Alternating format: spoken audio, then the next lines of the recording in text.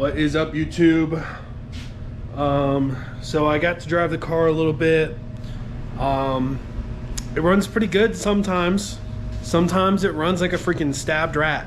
Sometimes I'm getting a misfire on a couple cylinders, and I really hope it's not the coil packs, because they're like anywhere from $700 to $1,400 a piece.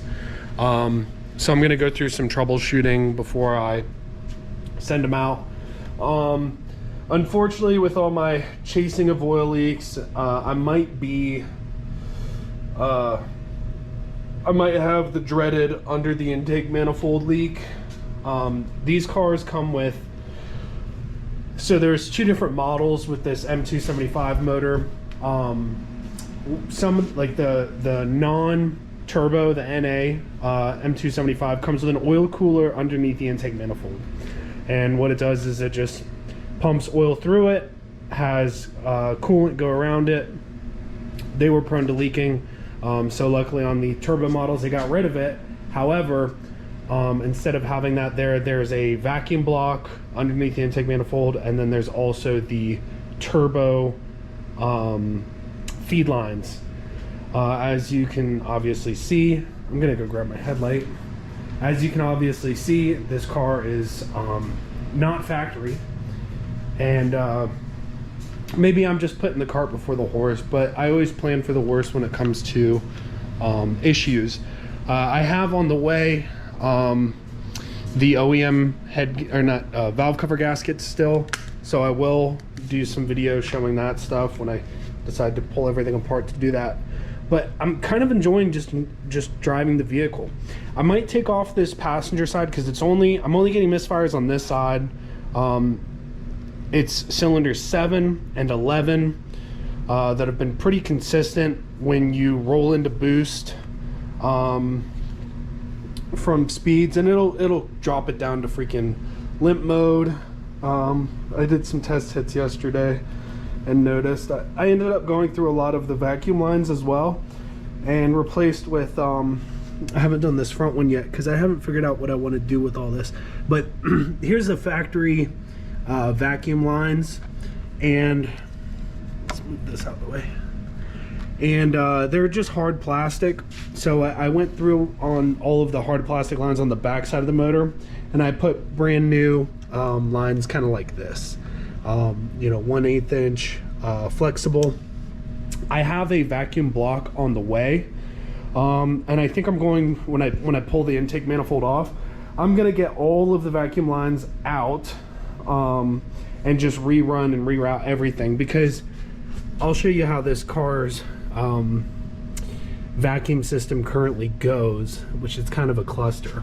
So you have a secondary like a PCV valve right here. You've got secondary air pump down here, and you can hear that kick on when the vehicle is warming up. I think it's supposed to be for like emissions or something. Doesn't really matter, because I don't care about emissions. The car has no cats or anything like that. I've noticed check valve here goes to vacuum. Again, PCV system stuff. This pulls, it's supposed to pull vacuum to close off that, blah blah blah, whatever. Check valve, vacuum line to one blow off valve, vacuum line to another blow off valve, goes to, I don't know if you can, no, you can't see it from here. Right underneath this air to water intercooler is a there's two different systems. There's a purge valve, which routes to atmosphere for boost protection for the turbos. It's kind of like the first step blow off valve. All it is essentially a check valve that lets air out, not in, and then also another check valve for a lot of the pressure systems. Then those hoses go back on this vehicle. As you can see, it's kind of a cluster up here. On this vehicle, they go split between the two wastegates that are internal on the turbos. Then it V's up into one which is going to V's up into a single on this boost controller. I haven't figured out a place to mount this yet. I might just start building brackets in the back right here when I do the vacuum block, and then, or maybe putting it underneath. But this is just, you know, it's just like fabric almost, so it's not very sturdy. V's off, and it goes to the intake manifold for boost reference. Then I have another, this line goes for the methanol controller, so it has a boost reference. These wires go to the methanol controller for injector duty cycle reference. This is your air to water intercooler overflow tank, which is really just the top fill tank. The point is to have it kind of in the highest point of the vehicle so that you don't have any air in the air to water system. I do have boost juice in, or not boost juice. I do have water wetter in them, so they run a little cooler temperature. And then the hoses are routed. It's this big one right here, underneath and down, and goes down to the intercooler, which is where the water pump is, which is underneath this fender. I recently have replaced the ballast for this driver's side headlight. That was kind of a cluster because I just put new bulbs in it, and you can take the headlight out without taking the bumper off, but for putting it positioned directly into the proper area, I did have to semi pull the bumper off to put things back together. I don't really want to take these coil packs on and off many times. Most people say that's the quickest way to have them become injured. So I'm just kind of focusing on what I can do, maybe culminate a bit of work all at the same time. Drive the car some. Again, I still have an oil leak, unfortunately. There's an oil leak underneath this driver's side, which it could be power steering, because you know, on most vehicles, power steering and ATF is the same color. You know, it's like a red type color. Unfortunately, with these Mercedes, it is a oil color, and this is new oil in the car, so they're pretty much the same color. So it could be a power steering leak, because there's some hard lines that go pretty much from this ABC pump, power steering pump, right underneath here to pretty much the back of the steering rack. Or it could be oil coming from maybe the turbo area, or the dreaded thermostat, power steering thermostat that's underneath here. To change that on this car, you have to take off the entire front half off.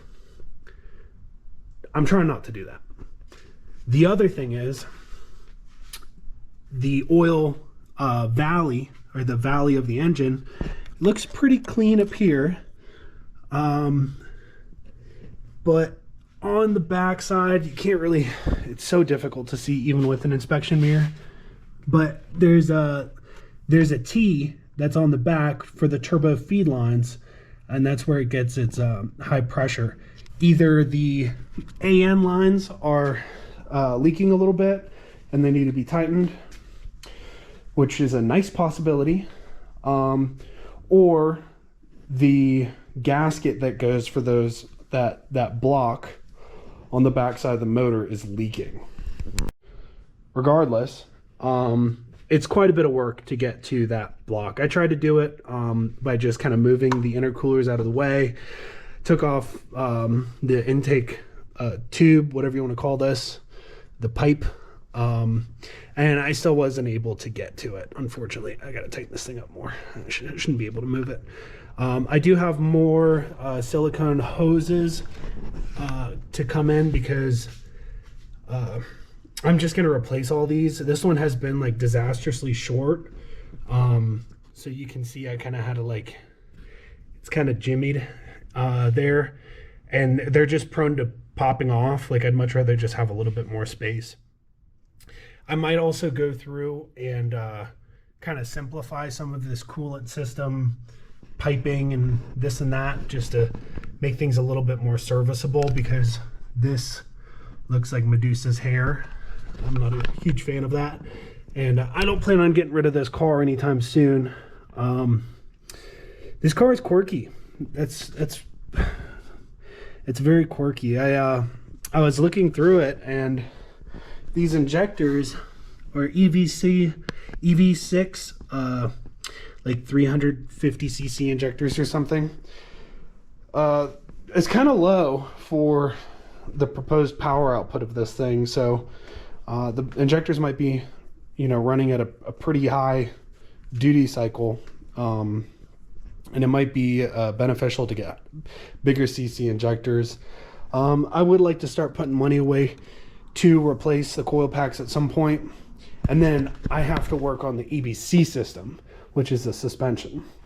Hydraulic suspension, a lot of people say it works great. I agree, it does work great.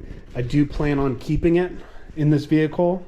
I don't like deleting luxury things. So one of the issues though is that maintenance on it is a bear, and it costs a lot of money. You have pressure dampeners underneath this front fender, and then there's one in the back, and then you have accumulators pretty much on both corners in the front, and then I believe you have one in the back. There might be one on this side as well. I'm pretty sure there isn't though, because I saw the one that's by the fuel pump. I did just replace the fuel filter. The stuff that came out of it was pretty grody, so I thought it was time, because I know nobody did maintenance on this for the last couple of years. Even though it has low miles, it's a Mercedes, so you have to kind of be proactive with stuff before it leaves you on the side of the road. Yeah, so I'm having I'll get like a limp mode condition, and I'm not a huge fan. I'd much rather have you know, I don't want I want the car just to run good. I can kind of deal with a little bit of oil leaks just because it is a 20-year-old car, but I'd much rather just fix it. So I might just start stockpiling parts and put them to the side, enjoy the car for a little bit, make some videos of driving it and stuff before I tear it back down. I'm not really sure what to do. There's a bunch of different avenues, and I haven't been enjoying the car as much as I've been working on the car, so we will see.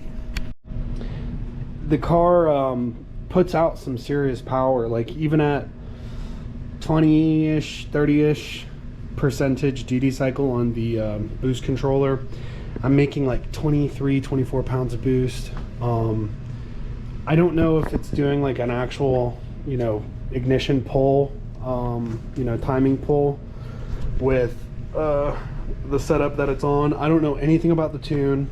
I don't know anything like about how relatively safe it is, but when it does pull, it pulls like a freaking freight train, which is kind of nice. I have like I said, a bunch of new silicone coming. I'm gonna replace all these, and then also I'm gonna do high torque clamps versus these worm gear clamps because they're so prone to fail. I've already had 2 fail on me in the 2 weeks I've owned the car. It's like you can work on this thing 24/7 and still find more stuff. And I do like having stuff working in tip-top condition, but I also need to enjoy it. So I don't know. But yeah, the current plan is change out the valve cover gaskets with the OEM ones, change out the intake manifold gaskets when I pull off the intake manifold to see if I can fix the leak that's underneath the intake manifold. If that block is leaking underneath, there's really not much I can do, because you have to pull the heads off to get to you have to pull the heads off to get to that valley underneath the intake manifold. And I don't want to, you know, go into that serious of labor at this point of owning this car. You can look, there's, let's see if I can, I just want to say I did not set up this methanol system, so please mind the vampire clips on a fucking injector. You can see there's no oil at that valley, pretty far back on the motor, and it also looks pretty clean down there, but it gets a little wet. I know this is like, I mean, I might as well just describe it to you. I'm really hoping it's the turbo feed lines. I really am. That'll be a lot easier of a fix if I have to get some new AN lines. I noticed I blew off a pipe last night. I had one of those clamps fail, and I noticed there's a little bit of schmutz on that turbo feed line down there. And then this V-band's also leaking a little bit. You can see soot from the exhaust. So you can also see it like bubble up. Put a little fluid on there, it bubbles up. So there's a little bit of a leak on that side. It's not that big of a deal because it's just not that big of a deal at this point. I'll replace it at some point.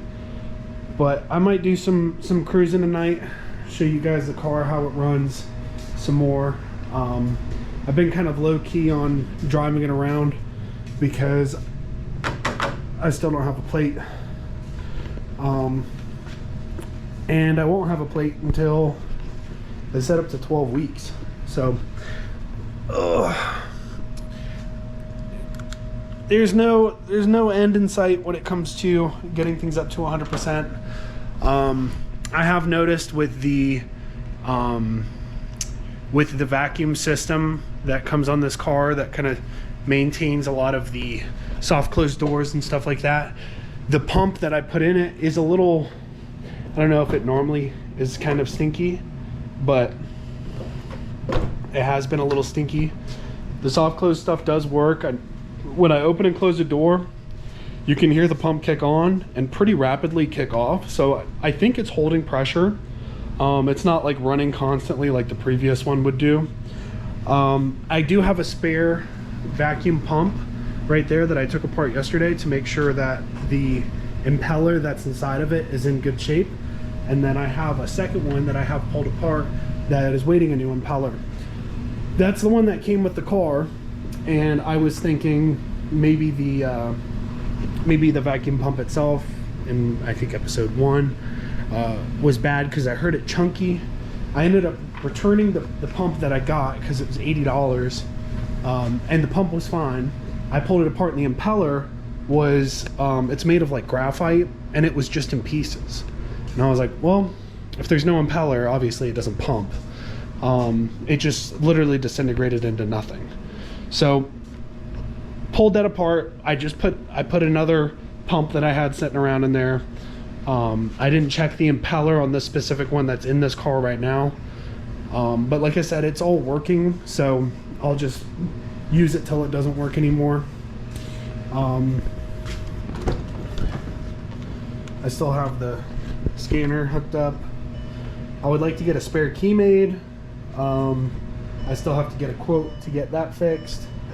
I'm not in any rush to do that, like I said, because maintenance on this car does cost 2 arms and a leg.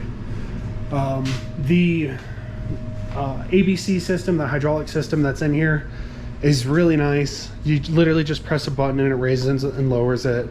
You can lower it more by kind of fooling the sensors.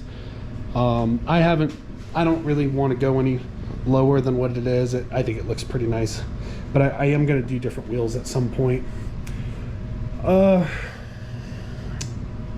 If you want to support the channel, please feel free to reach out.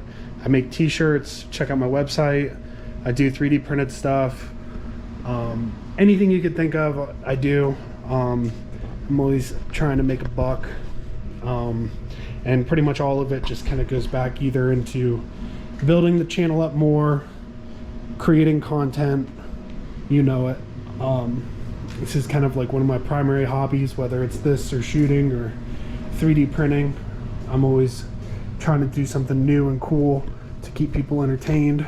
So thanks for watching. I know this is kind of a boring video, but it's just going through how this car sits right now and what needs to be done to it and what the plan is for the future. If anybody knows like a reputable source to get these covers, I might have to replace this little sensor because it's been sitting out in the elements for who knows how long. I would love to get that replaced if it's reasonable. A lot of the ones I see online aren't very good. I don't really want to replace the whole thing if I don't have to. The radio works all right, and I use one of those little Bluetooth dongles that is in this door to get it to work. You can hear the pump running. But hopefully soon I will do some videos of just driving around. But for now, thanks for watching. Make sure you like and subscribe. I appreciate all the support that I get on social media, and I plan to keep it going. So thank you very much. Have a great day.